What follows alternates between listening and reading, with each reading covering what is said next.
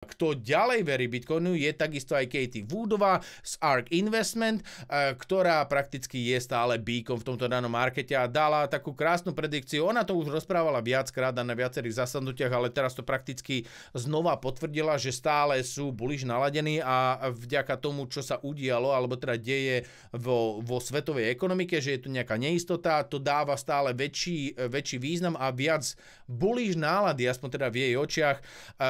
do Bitcoinu. Čiže ona celkovo sa vyjadrila o zopár veciach, ale krásne to zobrazili na stránke cryptoeconomy.com, kedy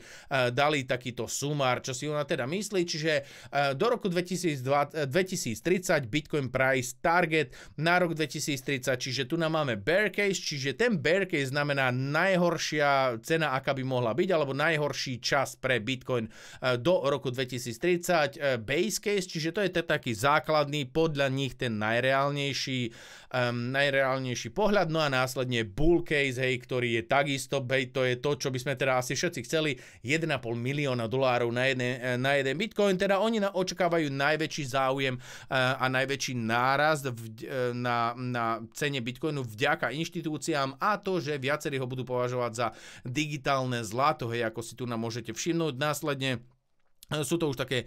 menšie čísla, ale jednoznačne sa opierajú teda o inštitúcie a o digitálne zlato.